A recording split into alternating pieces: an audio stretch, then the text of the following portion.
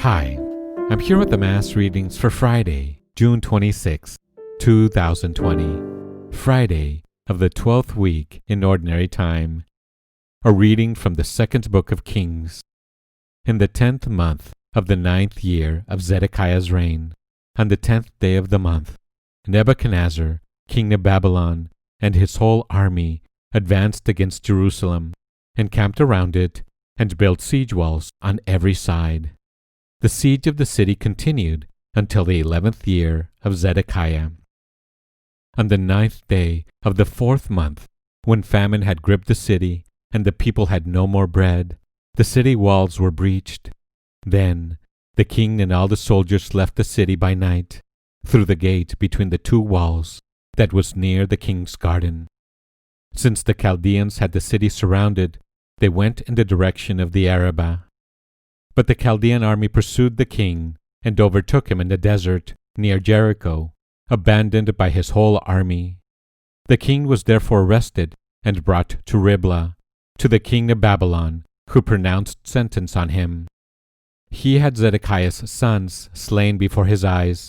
Then he blinded Zedekiah, bound him with fetters, and had him brought to Babylon. On the 7th day of the 5th month, this was in the 19th year of Nebuchadnezzar, king of Babylon, Nebuzaradan, captain of the bodyguard, came to Jerusalem as the representative of the king of Babylon. He burned the house of the Lord, the palace of the king, and all the houses of Jerusalem. Every large building was destroyed by fire. Then the Chaldean troops who were with the captain of the guard tore down the walls that surrounded Jerusalem.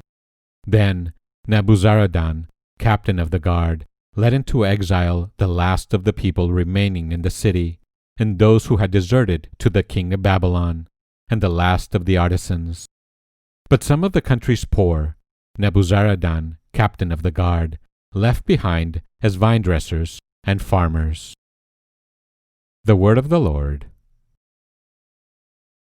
The Responsorial Psalm. Today's Responsorial Psalm is Psalm number 137. The response is, "Let my tongue be silenced if I ever forget you. Let my tongue be silenced if I ever forget you. By the streams of Babylon we sat and wept.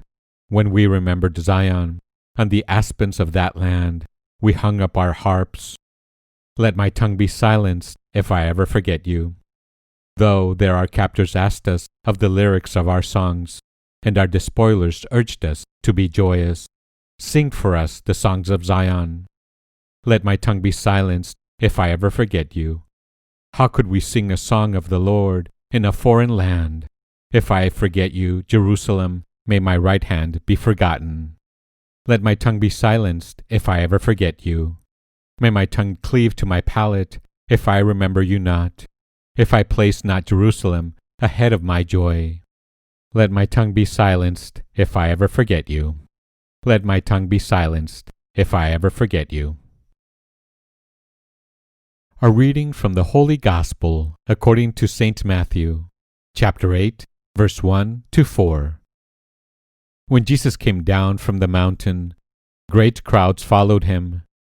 And then a leper approached, did him homage, and said, "Lord, if you wish, you can make me clean."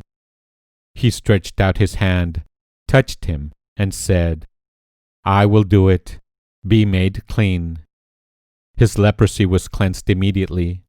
Then Jesus said to him, "See that you tell no one, but go show yourself to the priest, and offer the gift that Moses prescribed. That will be proof for them." The Gospel of the Lord. Here are some thoughts on today's scripture. The healing of the leper by Jesus was much more than a physical healing. It meant that the man could be fully reintegrated into normal society.